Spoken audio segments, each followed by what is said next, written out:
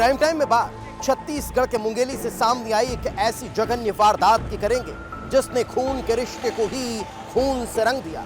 सवाल खड़ा होता है कि आखिर कोई इतना खौफनाक कैसे हो सकता है, कोई इतनी बेरहमी से किसी वारदात को अंजाम कैसे दे सकता है। जो लोग साथ में बहुत प्यार मोहब्बत से रहते थे, आखिर उनके बीच ऐसा क्या हुआ जो रिश्ता ही टूट गया।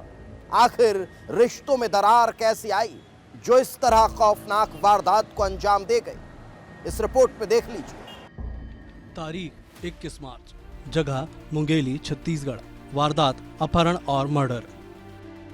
छत्तीसगढ़ का मुंगेली 21 मार्च की सुबह एकदम सामान्य थी, लेकिन शायद यहाँ रहने वाले रिटायर्ड लेखापाल दामोदर सिंह के लिए आखिरी।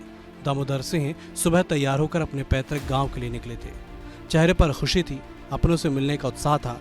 दामोदर अपनी बाइक से निकल जाते हैं, लेकिन गांव नहीं पहुंचते। परिवार ने सोचा कि कहीं और चले गए होंगे। दोपहर से शाम और शाम से रात हो जाती है, लेकिन ना तो दामोदर गांव पहुंचे और ना ही घर वापस लौटे। परिवार परेशान हो जाता है और जब अगली सुबह परिजन तलाश करते हैं तो कुछ ऐसा मिलता है जो बड़ी वारदात की दस्तक का इशारा कर रहा था।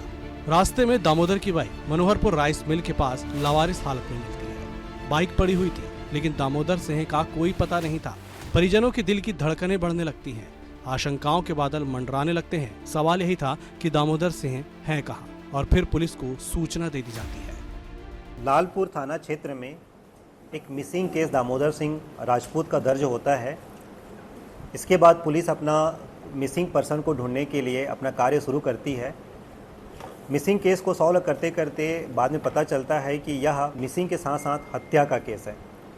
इसके बाद इसके पूरी घटनाक्रम को पुलिस छानबीन करती है, जिसमें ये पता चलता है कि दामोदर सिंह राजपूत की हत्या प्रकरण, जिसको जाफल हत्याकांड के नाम से हम जान सकते हैं, इसके परिवारजनों में इसके भाई लोग, जिसमें मेन रामपाल और उसके अन्य साथीगण, जो परिवार के सदस्यों ने मिल करके इसको हत्या करने का प्लानिंग किया था।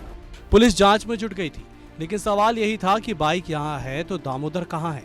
क्या वो किसी हादसे का शिकार हो गए? लेकिन हादसे का कोई सबूत नहीं मिल रहा था। क्या दामोदर खुद ही बाइक छोड़कर कहीं चले गए? लेकिन ऐसी कोई वजह भी नहीं मिल रही थी कि दामोदर बिना बताए घर छोड़कर चले जाए। अब सवाल यही था कि कहीं दामोदर का किसी ने अपहरण तो नहीं कर लिया, क्योंकि दामोदर हाल ही में रिटायर्ड हुए थे, अच्छी खासी संपत्ति के मालिक थे। लेकिन पुलिस के सामने सवाल यही था कि अपहरण हुआ है तो फिर फिरौती के लिए कोई कॉल क्यों नहीं आया। पुलिस के सामने कई सवाल थे और इन सवालों के जवाब की तलाश में पुलिस जुट जाती है। लालपुर थाना पुलिस साइबर सेल की मदद लेती है। आसपास के सीसीटीवी खंगाले जाते हैं। त्रिनयन ऐप के जरिए हर एंट्री और एग्जिट पॉइंट को देखा जाता है। मुखबिरों को सक्रिय किया जाता है। तभी पुलिस के हाथ कुछ ऐसा लगता है जो शायद दामोदर सिंह की मिसिंग मिस्ट्री को खोल सकता है। पुलिस को एक संदिग्ध कार नजर आती है जो दामोदर सिंह की बाइक का पीछा कर रही थी। क्या इस कार का दामोदर सिंह की मिसिंग मिस्ट्री से कुछ कनेक्शन था, या फिर इस कार का बाइक के पीछे होना महज एक इत्तेफाक, या फिर कोई था जो दामोदर का उस समय पीछा कर रहा था। लेकिन सबसे बड़ा सवाल यही खड़ा होता है कि आखिर वो कार थी किसकी। पुलिस उस संदिग्ध कार की तलाश में जुट गई थी। पुलिस कार मालिक तक पहुंच गई थी और पता चला कि उस दिन इस कार को जाफल के रहने वाले संजय यादव ने किराए पर ली थी।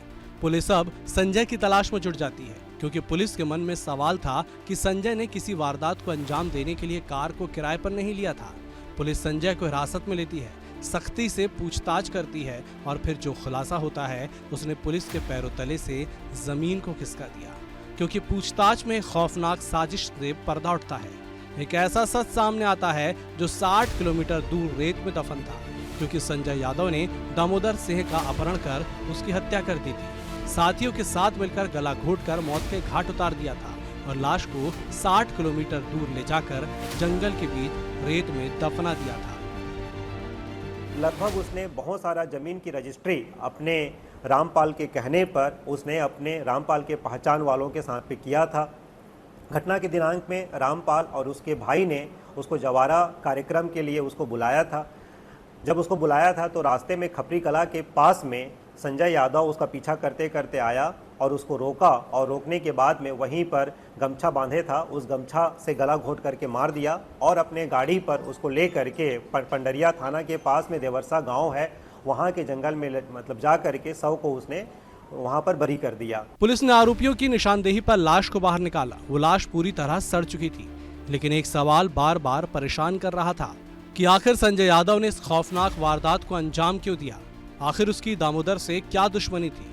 और जो सच सामने आया वो हैरान करने वाला था, क्योंकि संजय सिंह ने सुपारी लेकर दामोदर सिंह को मौत के घाट उतारा था और सुपारी देने वाले कोई और नहीं बल्कि दामोदर सिंह के छोटे भाई रणजीत सिंह, चचेरा भाई और भतीजों ने दी थी, जिन्होंने 4 करोड़ की प्रॉपर्टी के लालच में संजय सिंह को 10 लाख रुपए और जमीन के एक टुकड़े का लालच देकर दामोदर की हत्या करा दी। पुलिस ने कुल 11 आरोपियों और 4 नाबालिगों को गिरफ्तार किया है।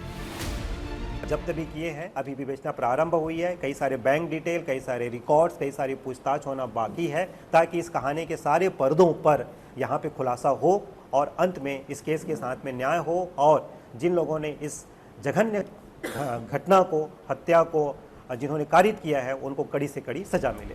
पुलिस ने दामोदर सिंह के अपहरण और हत्या के मामले का पर्दाफाश कर आरोपियों को सलाखों के पीछे भेज दिया है। सुपारी की रकम, कार, बाइक और अन्य सामान जब्त कर लिया है। हत्यारों को कानून सजा देगा, लेकिन सवाल यही है कि आखिर प्रॉपर्टी के लालच में भाई ही भाई की जान का दुश्मन क्यों बन जाता है? आखिर रुपयों का लालच इंसान को इतना हैवान कैसे बना देता है कि अपने ही खौफनाक साजिश रचने लगते हैं। विस्तार न्यूज के लिए मोहम्मद अलीम की रिपोर्ट।